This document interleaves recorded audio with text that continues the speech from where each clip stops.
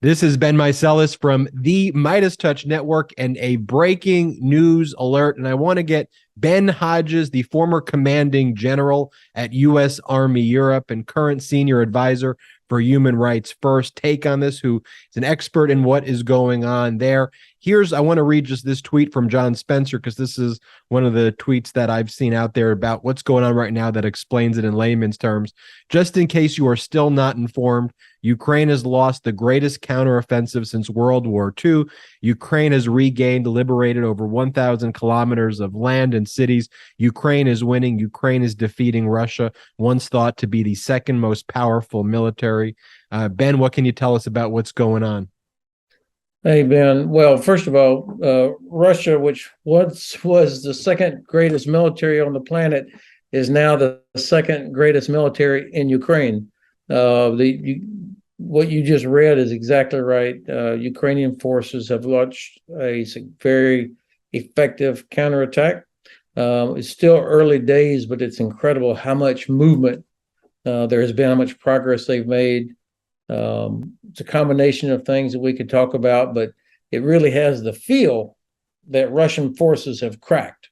And so it's almost like once you get momentum going, it's very difficult for a defender who's untrained or disciplined or disorganized to stop it. Let's talk about some of those elements. You and I talked, and people can watch our YouTube video from about a month or so back where you talked about some critical things that had to happen for Ukraine to prevail, and Ukraine had the upper hand. We talked about at the time some of the new weaponry, but what's happened in the past week or last few days where I've just seen this real sense of like things have really, really changed? Well, first of all, the Ukrainian General Staff gets huge credit, I think, for maintaining very disciplined OPSEC, operational security. I mean, we've all been fairly surprised. The Russians were surprised.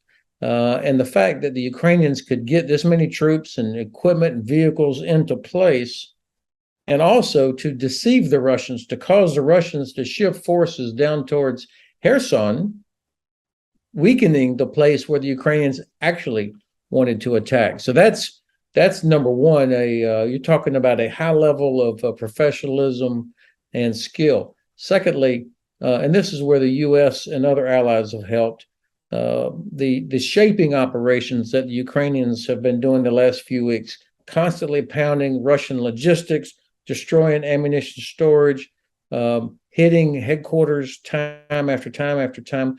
All of these things, plus partisans and or special forces operating in the rear area of Russian forces. This creates a lot of disruption, chaos. And so that weakened what was already, I think, a undisciplined Russian defense with people that really didn't want to fight anyway. When we hear about, we're talking about some of the most incredible counteroffensives since World War II. When we learn in the history about the Battle of Normandy and D-Day, all of the kind of ways that Germany thought that the U.S. was going to be invading from different areas ultimately before it went into Normandy. What it sounds like you're saying too here is that the counteroffensive took place in different locations. And so the Ukrainian army almost made Russia feel like they were going in one location, which they were, but then brought the troops another counteroffensive in another area.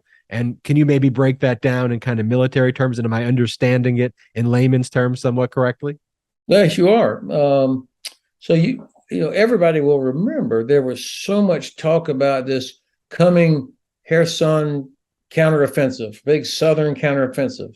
I mean, it was coming from the capital in Kyiv. It became a big topic, and there was so much talk about it that I think that the Russians believed, okay, that's where it's coming, and so they shifted some forces, a significant amount of force, down towards Kherson in the southern part of Ukraine to be prepared for where they thought this attack was coming. So, of course, that was by design on the Ukrainian side. It appears to me, I'm not reading any classified information, but that's what it looks like.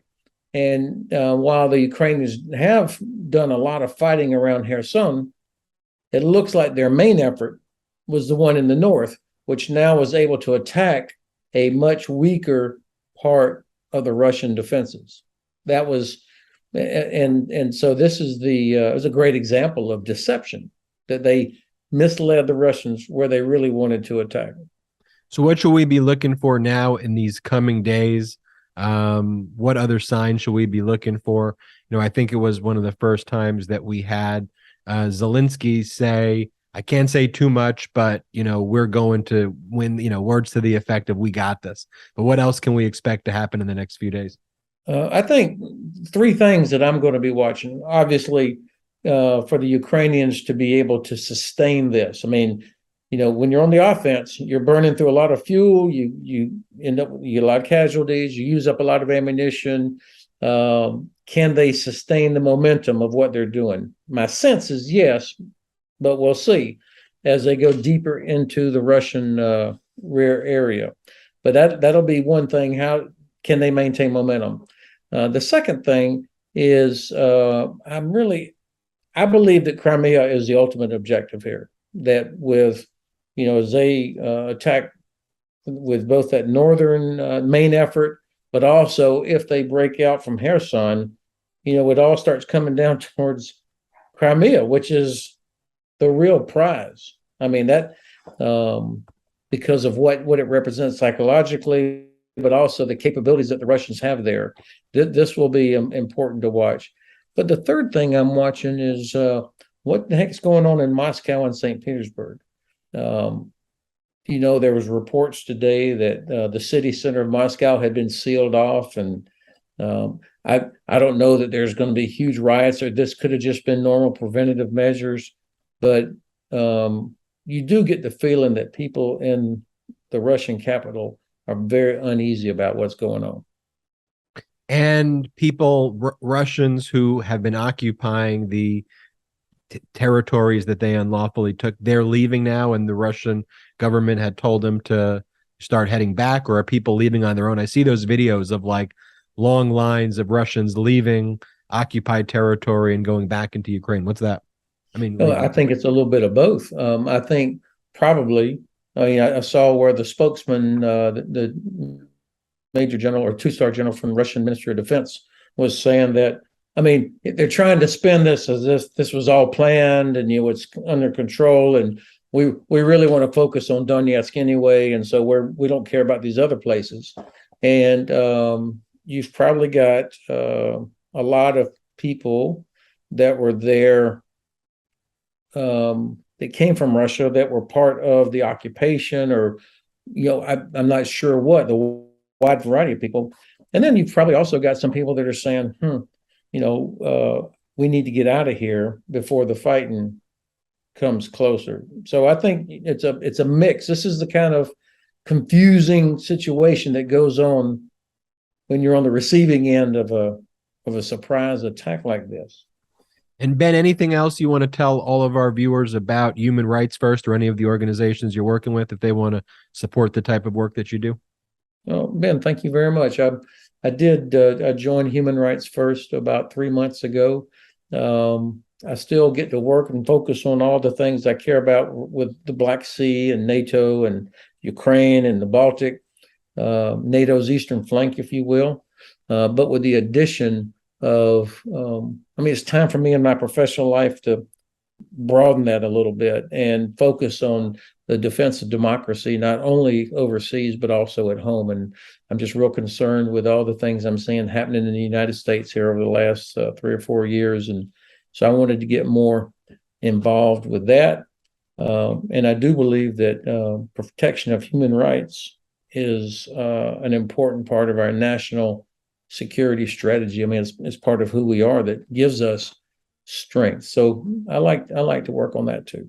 So one other thing, if I can take one more minute of your time, is to ask you about the top secret sensitive information. You were someone who would be familiar with that type of information at the highest level. What is your response to knowing how they were kept at Mar-a-Lago? Like, what was your reaction to this whole situation that's taking place for someone who handles this type of material? I was appalled. Brand new lieutenants. The first day in your early days as an officer, you learn about security clearances and how to handle certain things. There's a reason these documents have special covers on them so that they're easily recognizable as, this is a document that requires special handling, and it's got a cover so that somebody can't just walk by and read classified information that's sitting out on a desk or a table, or you forget about it. They have bright red, all of these kind of things. And so it's hard to imagine how anybody at that sort of level, plus the people around the president, the former president, I mean, to be that careless or willful is it's appalling. Ben Hodges, thank you so much for joining us. Thank you, Ben. This November is Rowvember. MeidasTouch just released its brand new collection of Rowvember t-shirts and pins to let the country know what's at stake this upcoming midterm election. Go to store.meidastouch.com to grab yours. That's store.meidastouch.com.